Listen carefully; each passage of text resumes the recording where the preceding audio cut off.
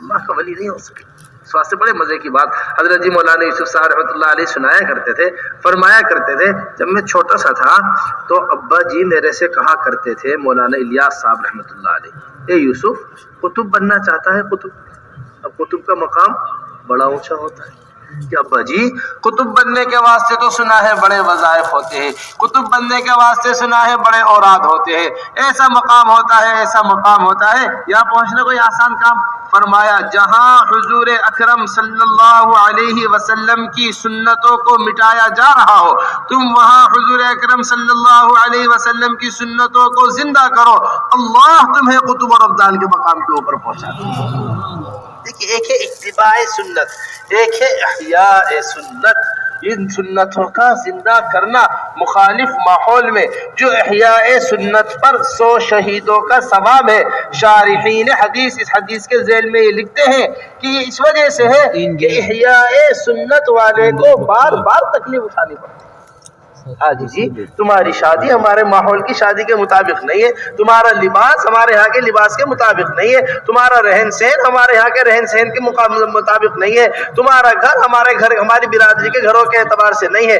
جب اس کی زندگی میں حضور اکرم صلی اللہ علیہ وسلم کا طریقہ غیروں کے مقابلے میں آتا ہے، آنے والی تکالیف پر ملنے والا اجر اسے اس مقام کے اوپر کہاں پہنچا دیتا ہے۔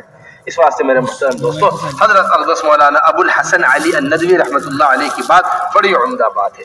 فرمایا کرتے تھے جتنی بھی دنیا کے اندر اقوام ہیں، ان ساری قوموں کی ترقی آگے بڑھنے کے اندر ہے۔ ان ساری قوموں کی ترقی کس میں ہے؟ آگے بڑھ، ہر چیز نئی ایجاد ہوتی ہے۔ آج کے ایجاد کرنے والے کل والوں پر ہنستے ہیں، کل والے آج والوں پر ہنسیں گے۔ یہ جتنی چیزیں ایجاد ہو رہی ہیں، باطل آلات، باطل مشینیں، باطل پھیلانے کی چیزیں، لہو و لعب کے راستے، یہ سمجھیے گا ہماری بات اچھی طریقے سے۔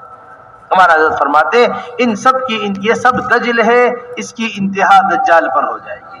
یہ سب کیا ہے؟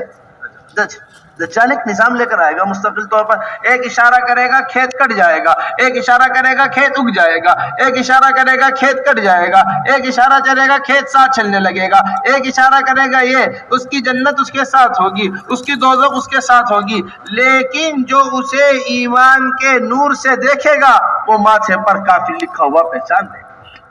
میں آپ سے کیا عرض کروں، ہمارا حضرت یہ فرماتے ہیں کہ جس طرح ایمانی نظر سے دجال کو دیکھنے والا اس پر کافر لکھا ہوا پہچان لے گا، اسی طرح جتنے باطل پھیلانے کی چیزیں ہیں اگر آج کا مسلمان اسے ایمانی نظر سے دیکھے تو اس پر کافر لکھا ہوا پہچان سکتا ہے۔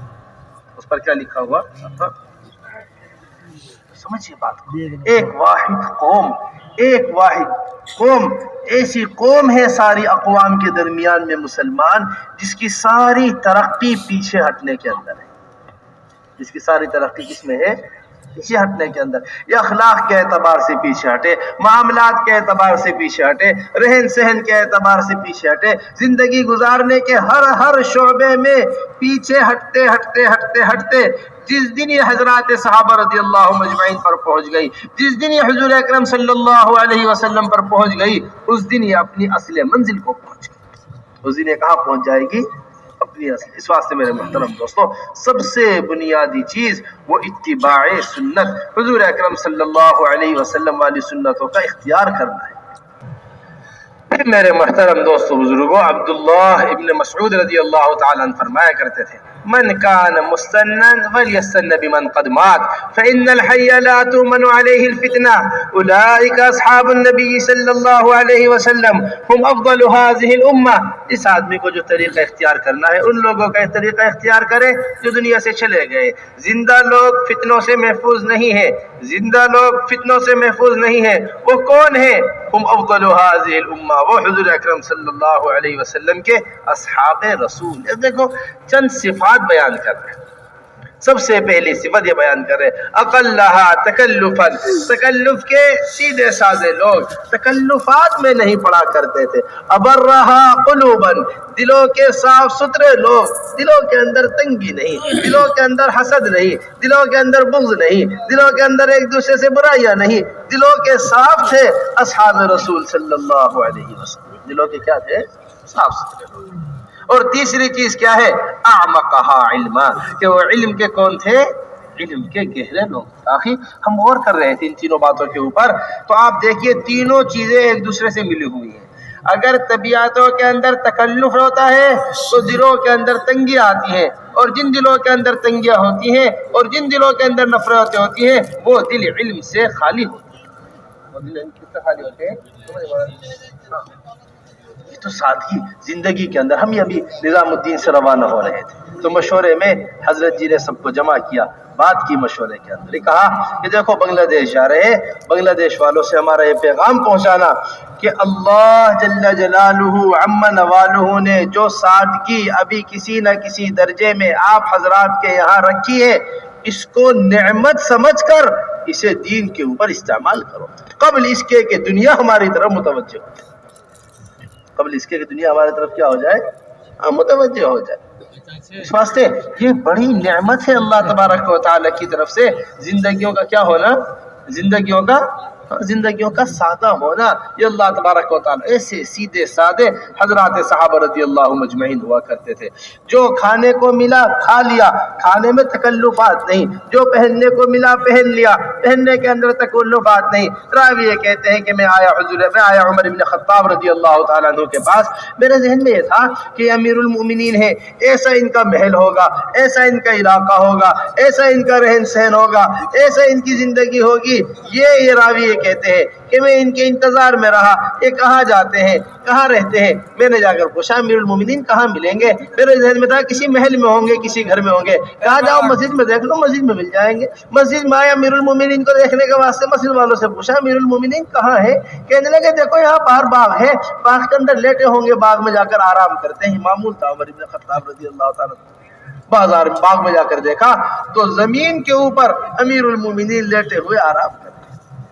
اللہ نے اس سادگی کے اندر رعب رکھا تھا، اس سادگی کے اندر رعب رکھا تھا۔ ہماری شان و شوکت ہو، ہمارے پاس مال و دولت ہو، ہمارے پاس ہتھیار ہو، ہمارے پاس زور ہو، ہمارے پاس طاقت ہو، مٹایا قیصر و کسریٰ کے استبداد کو کس نے؟ وہ کیا تھا؟ زور حیدر، فقر بوذر، صدق سلمانی۔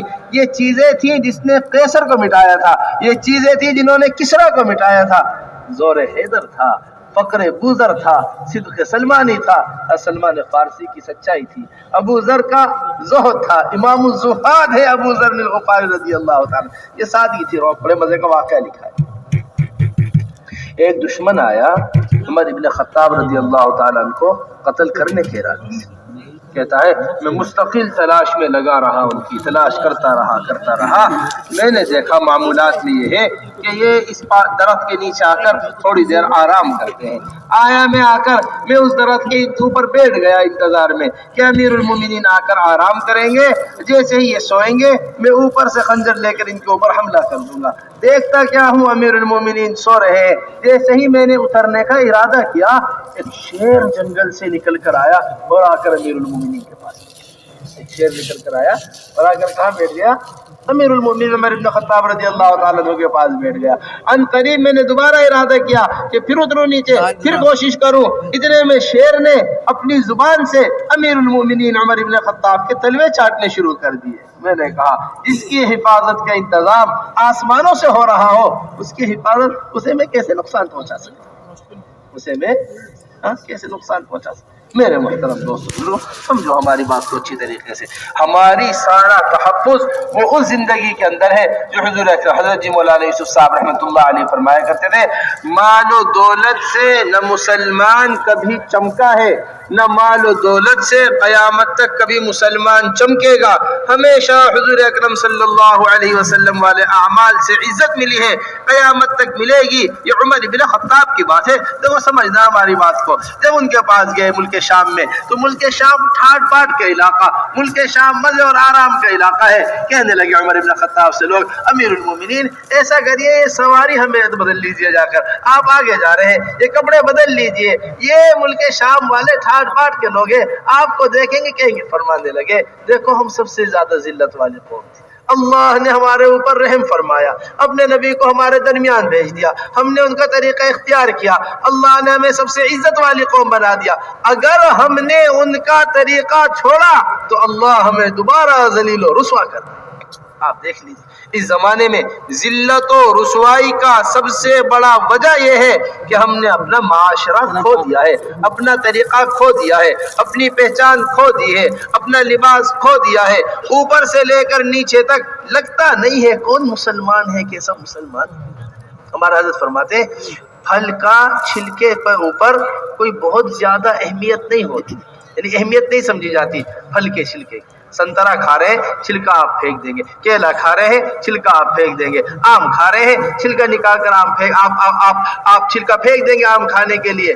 جس طرح پھل کا تحفظ ایک چھلکا کرتا ہے کہ اگر تھوڑا سا بھی چھلکا پھٹ گیا، جس جگہ سے چھلکا پھٹے گا پھل اسی جگہ سے سڑے گا، جس طرح ایک پھل کا تحفظ چھلکا کرتا ہے اسی طرح اسلام کا تحفظ اس کا معاشرہ کرتا ہے۔ اسی طرح اسلام کا تحفظ کیا کرتا ہے؟ ہم اسے اہمیت نہیں دیتے معاشرے، تو یہ لباس اچھا لگ رہا پہن لو کیا حرج کی بات ہے، فلاں آدمی نے اس طرح شادی کی کر لو کیا حرج کی بات ہے، ارے یہ کھانا اچھا لگ رہا کھا لو کیا حرج کی بات ہے، ارے ایسا گھر بنانے کو جی چاہ رہا بنا لو کیا حرج کی بات ہے۔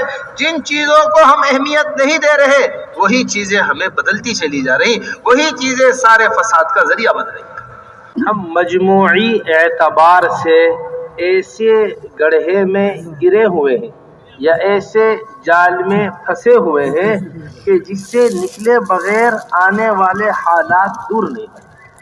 ہمارا حدیث کی مثال دیتے ہیں، بلکہ حدیث شریف میں مثال ہے اس کی۔ 3 آدمی سفر کر رہے ہیں، 3 آدمی سفر کرتے ہوئے ایک غار میں تینوں نے قیام کیا۔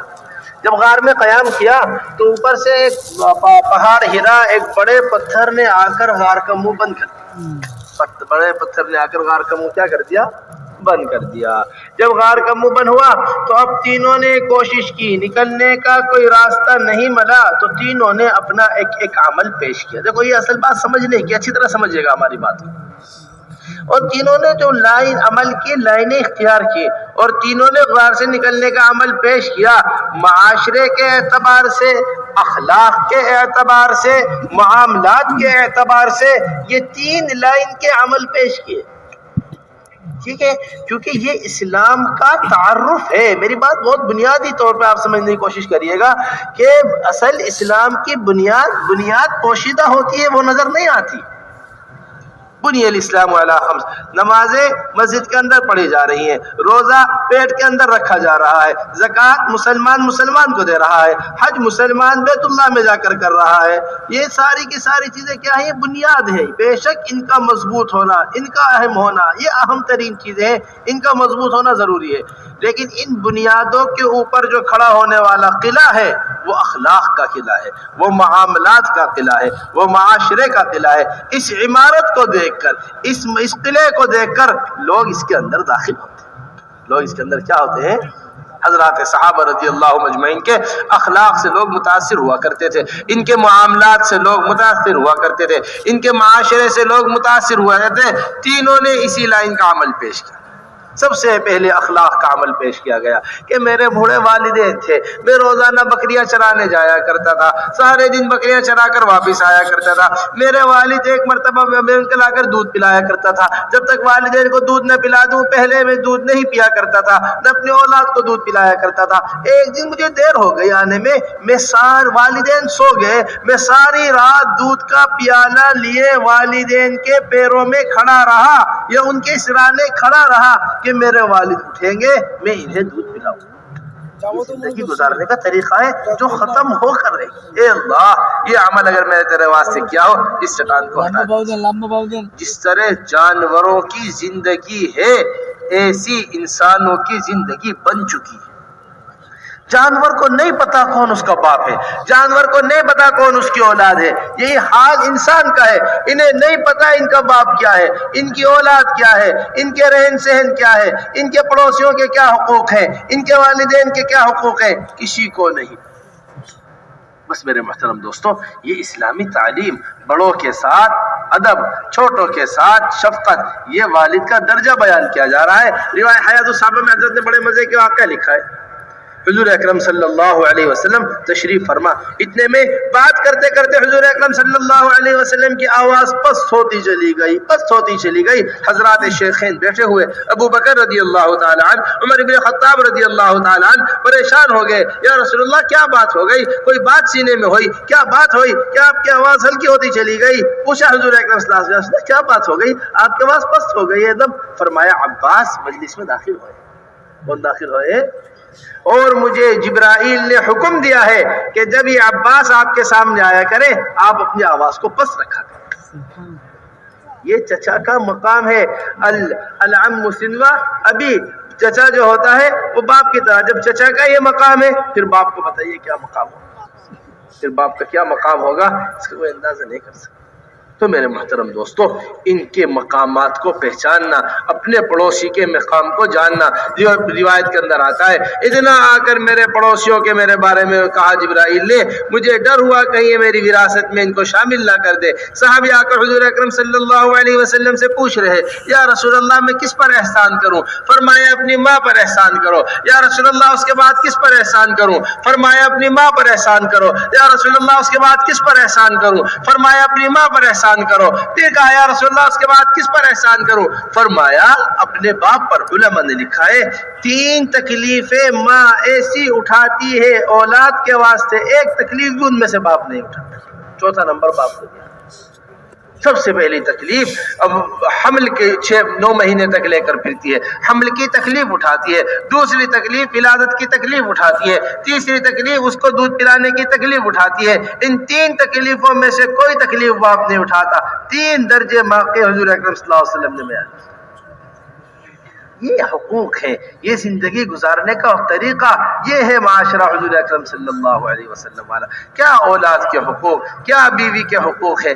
اما عائشہ رضی اللہ تعالیٰ عنہ فرماتی ہے جس جگہ سے میں گوشت کھایا کرتی تھی اللہ کے رسول صلی اللہ علیہ وسلم اس جگہ سے گوشت کھا لیا کرتے تھے. میں جس جگہ سے پانی پیا کرتی تھی حضور اکرم صلی اللہ علیہ وسلم اس جگہ سے پانی پی رہے. یہ گھر والوں کے ساتھ حسن اخلاق، یہ گھر والوں کے ساتھ محبت، یہ گھر والوں کے ساتھ شفقت، سب کچھ ختم ہو کر رہی. ایک دھن سی سوار ہے صبح سے لے کے شام تک کی. اولاد کا پتہ نہیں کس جگہ ہے، اولاد کی تربیت کا کیا نظام ہے. مشکات شریف کی روایت ہے اللہ کے رسول صلی اللہ علیہ وسلم نے ارشاد فرمایا ابر البر، سب سے بڑی نیکی ہے، سب سے بڑی نیکی ہے کہ انسان اپنی اولاد کو نیک بنائے. انسان اپنی اولاد کو کیا بنائے؟ اسے کیا فرمایا؟ البر فرمایا سب سے بڑی نیکی ہے کہ اولاد انسان اپنے اولاد کو دے. یہ شفقت حضور اکرم صلی خطبہ دے رہے اللہ کے رسول صلی اللہ علیہ وسلم. اتنے میں حضرات حسن ان میں سے کوئی نکل کر باہر آیا، چادر سے الجھ کر گر گیا. اللہ کے رسول صلی اللہ علیہ وسلم یہی بھول گئے کہ اللہ کے رسول خطبہ دے رہے تھے. ممبر سے اتر کر دوڑے اور جا کر ان کو اٹھا کر گود سے لگایا. پھر فرمایا یہ اولاد ایسی ہی چیز ہے. یہ کیا ہے؟ اولاد ایسی ہی چیز ہے. عمر ابن خطاب رضی اللہ تعالیٰ عنہ کے بارے میں آتا ہے ایک صاحب کو گورنر متعین کیا، جاؤ تم فلاں علاقے کے گورنر ہو. وہ گورنر صاحب سے کہا دیکھو جب تم جانے لگو تیاری کر کے تو گورنری کا کاغذ لے کر چلے جانا ہمارے. اس کا کاغذ لے کر، گورنری کا کاغذ لے کر. وہ صاحب تیار ہو کر اپنی سارا سامان لے کر علاقے کے گورنر بننے کے لیے گورنری کا کاغذ لینے کے واسطے عمر بن خطاب رضی اللہ تعالیٰ عنہ کی خدمت میں پہنچے. ابھی عمر بن خطاب رضی اللہ تعالیٰ عنہ اس کے اوپر مہر لگا ہی رہے تھے گورنری کی کاغذ کے اوپر ان کے گورنر بننے کی. اتنے میں ایک بچی نکل کے آ گئی اندر. اٹھایا، اٹھا کر گود میں بٹھایا، بچی کو پیار کیا، گود میں لے کر بیٹھے. یہ سارا منظر دیکھ رہے، سارا منظر دیکھ کہنے لگا امیر المومنین اتنے بڑے آدمی ہو کر، اتنے اہم آدمی ہو کر آپ ایک بچے کو پیار کر رہے. میرے 10 بچے ہیں، 10 بچے، میں نے آج تک کسی بچے کو پیار نہیں گیا. عمر بن خطاب رضی اللہ تعالیٰ نے کاغذ اٹھایا اور وہیں پھاڑ دیا. فرمایا جو آدمی اپنی اولاد کو پیار نہیں دے سکتا وہ رعایا کو کیا پیار دے. میرے محترم دوستو یہ سمجھنا اچھی طرح اس معاشرے میں صرف اولاد بچے بیوی نہیں ہے بلکہ اپنے ساتھیوں کو محبت سے ساتھ لے کر چلنا. اپنے ساتھیوں کو محبت سے ساتھ لے کر چلنا یہ مزاج دعوت ہے مستقل طور پر. بڑے مزے کا واقعہ ہے، صاحب نے لکھا ہے عبداللہ ابن مسعود کا گھر بن رہا تھا. کیا بن رہا؟ عبداللہ ابن مسعود رضی اللہ تعالیٰ اپنے گھر کے اندر کچھ تعمیر کرا رہے اور اس گھر کی تعمیر کو دیکھ رہے امیر المومنین عمر بن خطاب رضی اللہ تعالیٰ کو یہ ابن مسعود کیا گھر بنا رہے ہو، کیسا گھر بنا رہے ہو، کیا دروازہ ہوگا، کیسے بنے گا گھر، کیا نقشہ سوچا ہے گھر کا، یہ بات کر رہے کھڑے ہوئے. اتنے میں ایک صاحب کھڑے کہہ دے امیر المومنین یہ کام بھی آپ کے کرنے کا ہے، اتنی بڑی ذمہ داری آپ کے اوپر ہے، آپ یہ گھر دیکھنے آگے. ابن مسعود کا پتھر پڑا ہوا تھا، اٹھا کے قریب تھا کہ امیر المومنین اس کے مار دیتے. اٹھا لیا پتھر کس کے واسطے؟ مارنے کے لیے. فرمایا ہم اپنے ساتھیوں کی تالیف قلب کے لیے، ان کی محبت بڑھانے کے لیے ان کے پاس آتے اور تم ایسی باتیں کر کے ہمارے درمیان میں دوری پیدا کرتے. پورا واقعہ حضرت نے حیات الصحابہ میں نقل کیا ہے. بس میرے محترم دوستو، یہ اصل ہے اخلاق. جس آدمی کے اخلاق اپنے گھر والوں کے ساتھ اچھے نہیں ہوں گے، اس کے اخلاق اپنی مسجد والوں کے ساتھ کیا اچھے ہوں گے، اس کے اخلاق اپنے محلے والوں کے ساتھ کیا اچھے ہوں گے، اس کے اخلاق اپنے ساتھیوں کے ساتھ کیا اچھے ہوں گے. سب سے بڑی دعوت وہ اخلاق کا اچھا ہونا ہے. جب اخلاق اچھے ہوتے ہیں اور ساتھیوں سے محبت ہوتی ہے اور اکرام ہوتا ہے تو آنے والے کی صلاحیت دین کے اوپر لگتی ہے. جب اخلاق برے ہوتے ہیں، ساتھیوں کا اکرام نہیں ہوتا، ساتھیوں سے محبت نہیں ہوتی، آنے والوں کی صلاحیتیں ضائع ہو جاتی ہیں. آنے والوں کی صلاحیتیں کیا ہو جاتی ہیں؟ اکرمہ ابن ابی جہل آئے. ابو جہل، اللہ کے رسول صلی اللہ علیہ وسلم نے ارشاد فرمایا ہر قوم کا ایک فرعون ہے، میری قوم کا فرعون ابو جہل ہے.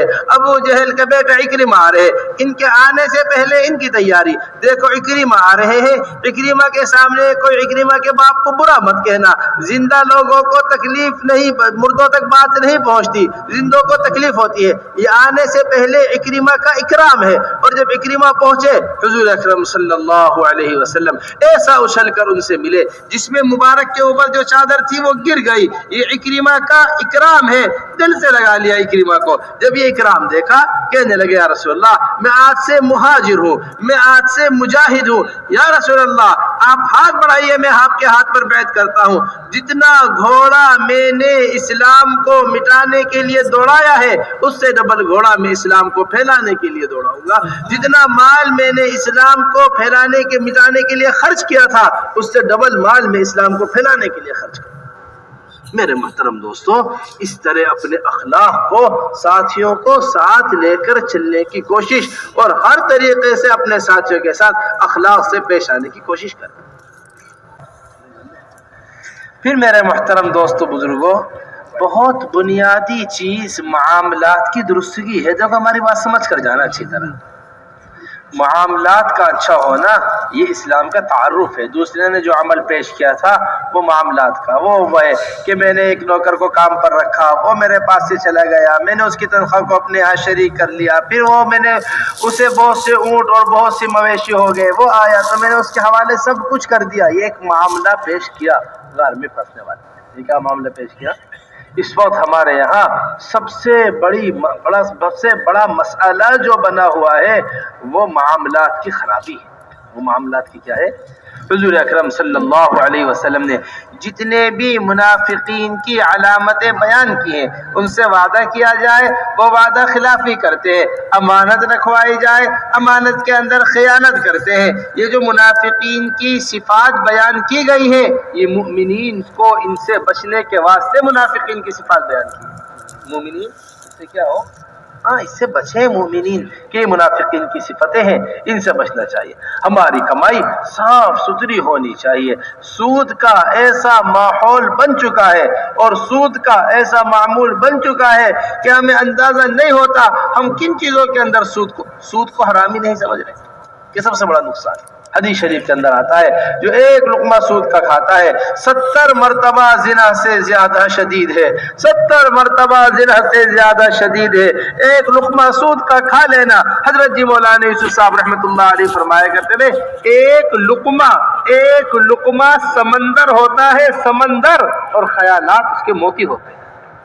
ہمیں نہیں پتا، ہم دعائیں مانگ رہے ہیں اے اللہ مغفرت فرما دے، اے اللہ کوئی مسائل حل کروا دے. راتوں کو اٹھ کر رو رہے اور اللہ تبارک و تعالیٰ فرما رہے کہاں سے تیری دعا قبول کر لوں؟ تیرے جسم میں دوڑنے والا خون حرام کا خون ہے، تیرے جسم میں دوڑنے والا خون غلط خون ہے. ہمارے حضرت جی فرماتے ہیں جس طرح ہم جسم سے اوپر کی پاکی کی مستقل طور پر فکر کرتے ہیں اسی طرح جس طرح ہم کھال کے اوپر کی پاکی کی مستقل فکر کرتے ہیں اسی طرح کھال کے نیچے کی پاکی کی بھی مستقل فکر ہے.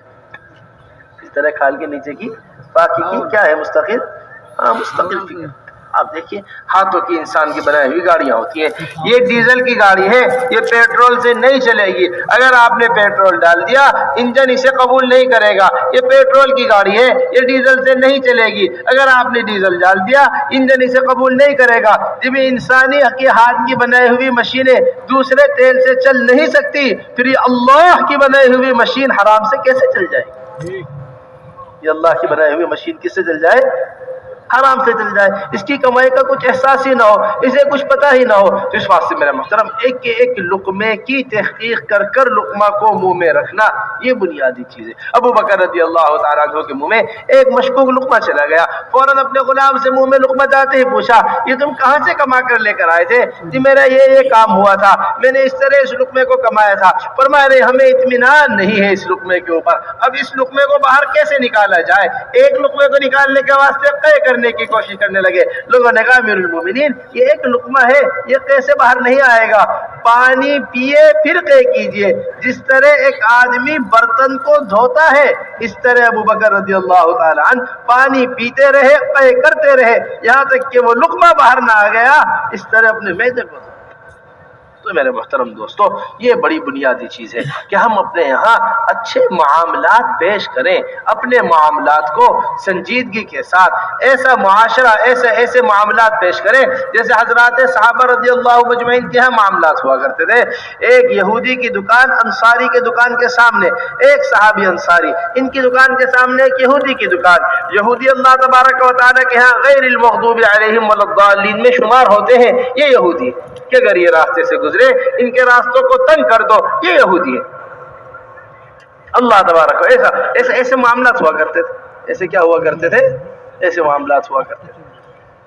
فرماتے ہیں یہ کہ یہ ایک انصاری کی دکان پر ایک صحابی آئے, آ کر کچھ سامان خریدنے لگے. کہنے لگے دیکھو بھائی میں صبح سے بیٹھا ہوا ہوں, میں دیکھ رہا ہوں کہ اس سامنے یہودی کی دکان سے ابھی تک کسی نے کچھ خریدا نہیں ہے. تم بجائے یہ سامان میری دکان سے خریدنے کے میرا جو یہودی ہے, یہ جو سامنے دکان ہے, اس کے یہاں سے خرید دو تاکہ اس کی بھی کچھ نہ کچھ کمائی, اس کی بھی کیا ہو جائے کچھ نہ کچھ. اب مزاج بالکل تبدیل ہو چکے ہیں. میرا دوست تھا میرے دکان سے کیوں نہیں لیا, میرا جاننے والا تھا میری دکان سے کیوں نہیں لیا. ارے میں 4 مہینے لگائے ہوا ساتھی ہوں, تو 4 مہینے لگائے ہوا ساتھی ہے, پھر بھی جا کر ایک عام دکاندار سے سامان خرید لیا. حضرت جی مولانا یوسف صاحب رحمۃ اللہ علیہ فرمایا کرتے, بلکہ ہمارے حضرت جی فرماتے ہیں اس بات کو کہ معاملات اپنوں کے ساتھ ہوتے ہیں اور نرمی دوسروں کے ساتھ ہوتی ہے. اب معاملہ ہی الٹا ہو گیا, معاملہ دوسروں کے ساتھ ہونے لگے, نرمی اپنوں کے ساتھ ہونے لگے. معاملات جب دوسروں کے ساتھ کیے جاتے ہیں تو اس سے امت نہیں بنتی, اس سے فرقے بنتے ہیں. حضور اکرم صلی اللہ علیہ وسلم کا یہ مزاج تھا. حضور اکرم صلی اللہ علیہ وسلم اپنے لوگوں کے مقابلے میں دوسروں کے ساتھ نرمی کا معاملہ کیا کرتے تھے, وہ اس نرمی کو دیکھ کر اپنوں کے ساتھ ہو جائے, دیکھ کر اس نرمی کو دیکھ. آپ دیکھیے تو صحیح, زید ابن ثانہ رضی اللہ تعالیٰ عنہ کے ساتھ بالکل ایسے ہی معاملہ ہے. زید ابن ثانہ نے خود مال دیا, حضور اکرم صلی اللہ علیہ وسلم کے پاس خود مال پیش کیا, خود ایک مدت متعین کروائی, مدت سے 3 دن پہلے آ گئے. حضور اکرم صلی اللہ علیہ وسلم کا گریبان پکڑ لیا, گریبان پکڑ کر دیوار کے ساتھ دھکا دیا حضور اکرم صلی اللہ علیہ وسلم کو. مدینہ منورہ میں عمر بن خطاب رضی اللہ تعالیٰ عنہ کے سامنے اللہ کے رسول صلی اللہ علیہ وسلم سے کوئی یہ کہے نعوذ باللہ ثم نعوذ باللہ, آپ معاملات میں ٹھیک نہیں, کیسے برداشت کریں؟